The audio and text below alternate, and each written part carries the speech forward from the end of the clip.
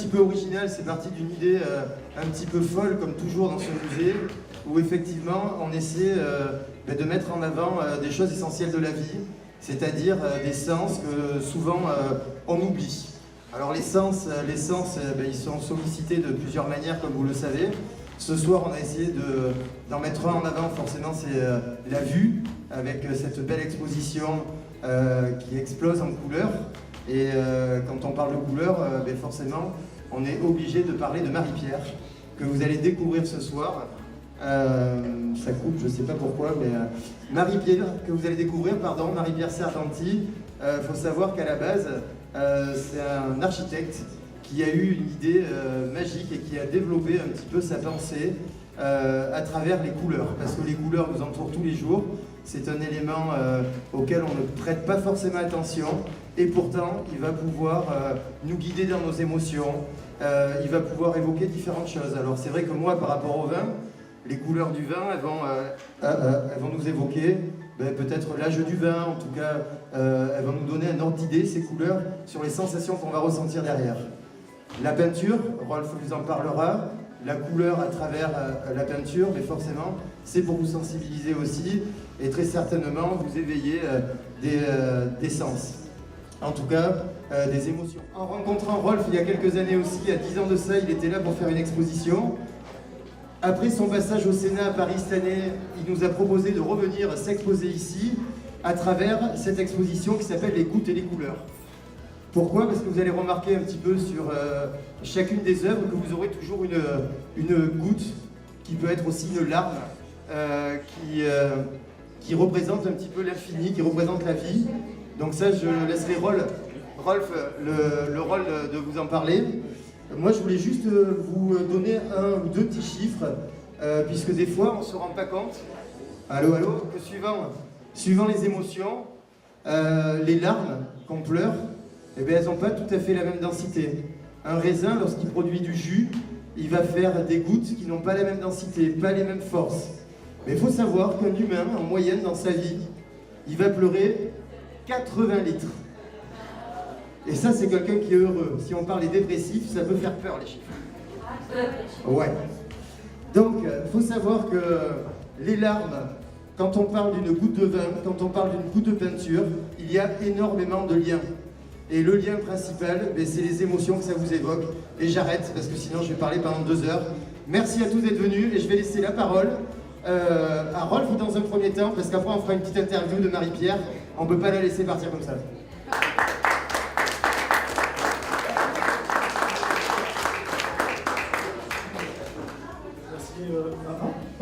Merci Greg. En tout cas, merci Greg. Merci Marie-Pierre d'être là. Merci à vous. Moi, ça fait plus de 20 ans que je peins. J'ai peint à l'huile, j'ai peint à l'eau, et aujourd'hui je peins au vin. Et donc, pour les gouttes et les couleurs, bien sûr, toutes les gouttes sont dans la nature, c'est-à-dire la larme de joie, de tristesse.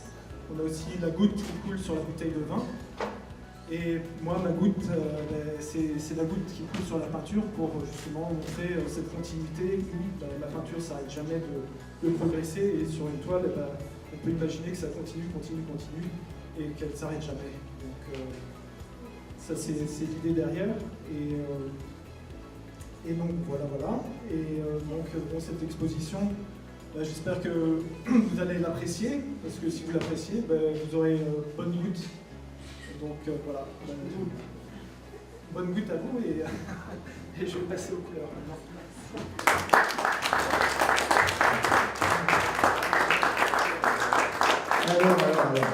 Alors ouais, ça va être assez intéressant parce que Marie-Pierre, donc, qui est parmi nous ce soir, comme je vous ai dit, a été avant-gardiste non seulement pour l'architecture de la Cité du Vin.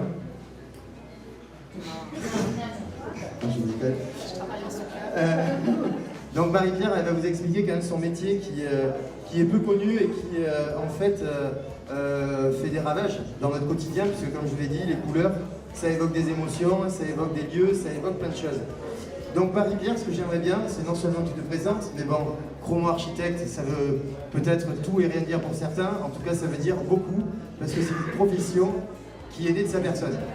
Donc si tu peux nous en parler, et nous donner aussi quelques indications sur l'importance de la couleur dans l'environnement, puisque je sais que ton agence travaille et œuvre pour différents types de projets. Il y a l'architecture pure et dure, il y a les collectivités, mais il y a aussi le paysage. Et c'est là où je pense qu'il y a beaucoup de personnes qui devraient s'imprégner justement de l'exposé de Marie-Pierre. Merci Greg de m'avoir invité dans ce milieu magique, entouré de tant de couleurs et avec un artiste qui en fait a une âme de coloriste. On est quand même assez éblouis.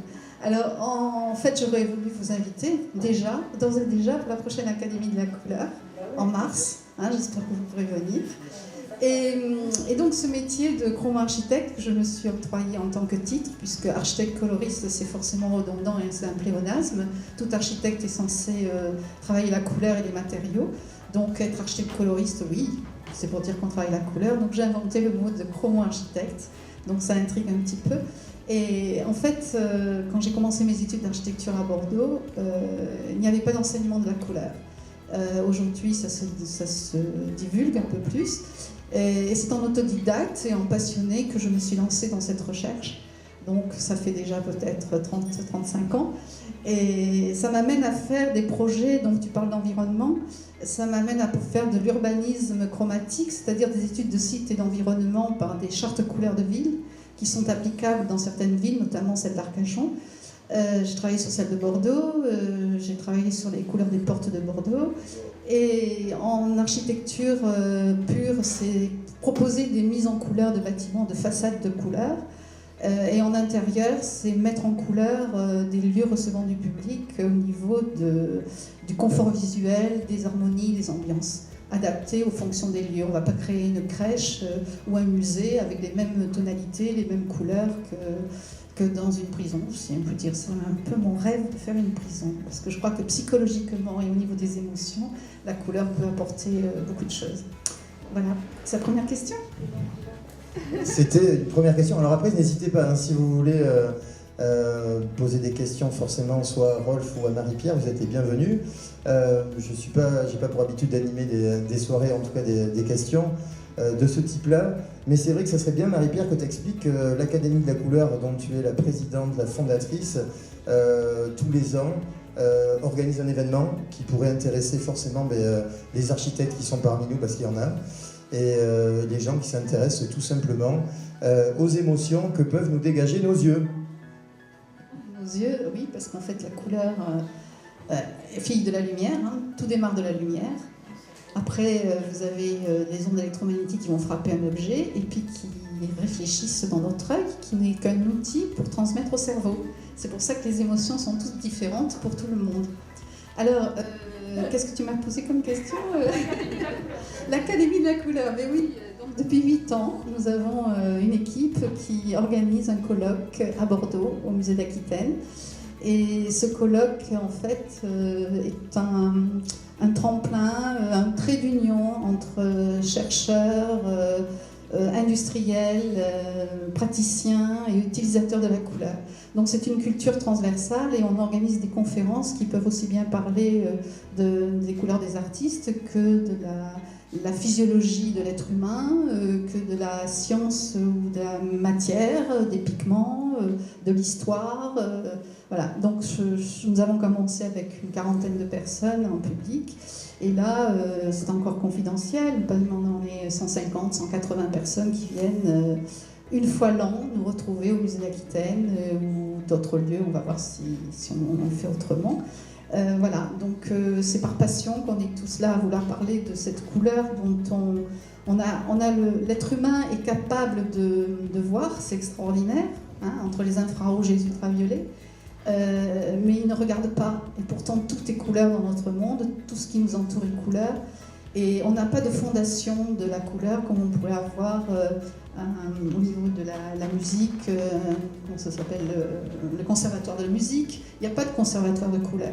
Alors on commence aujourd'hui à en parler beaucoup. Il y a des coloristes qui arrivent, beaucoup de jeunes qui disent moi j'aime la couleur, je vais en mettre, mais c'est quand même un travail de recherche assez poussé puisque ça lie, la couleur est au centre de la physiologie, je l'ai dit, par rapport au l'œil et l'interprétation du cerveau, la physique puisque c'est la lumière et la nature des objets, et puis le psychisme, hein, parce qu'en fait il y a toute l'interprétation personnelle et puis toute la communication que l'on peut faire, marketing, commerce, enfin bon, ça va très très loin.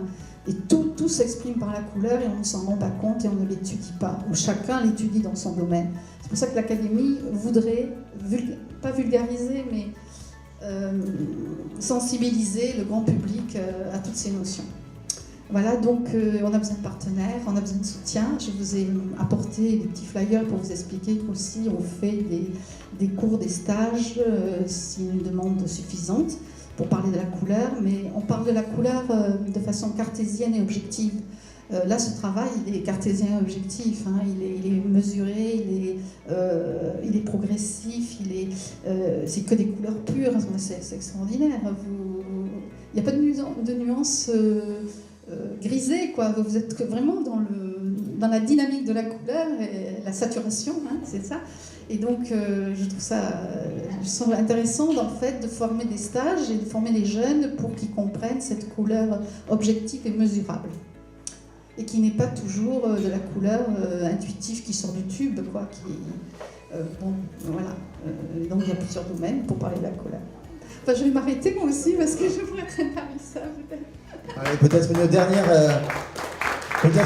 question. Est-ce qu'il y aurait un conseil que tu pourrais nous donner pour pas commettre une erreur quant au choix des couleurs, quand on a une maison? Qu'est-ce qu'il ne faut pas faire? Qu'est-ce qu'il faut faire? Est-ce que tu as un petit conseil à nous donner?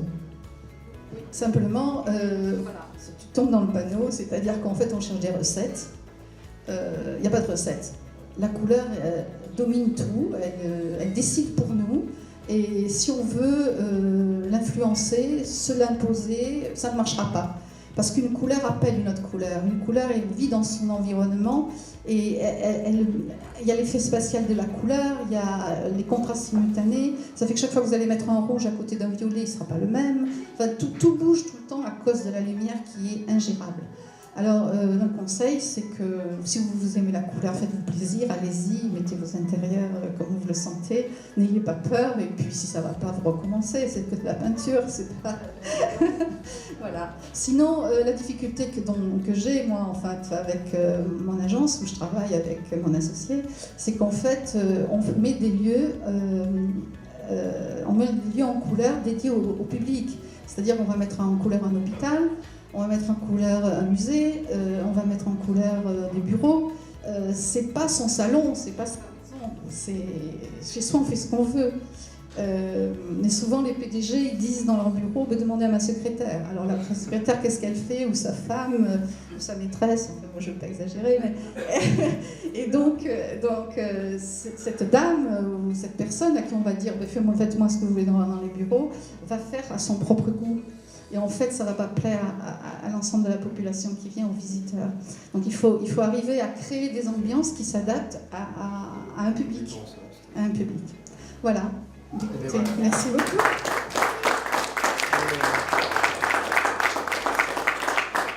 Alors, écoutez, merci de nous avoir écoutés déjà. Je vais repasser le micro à Rolf.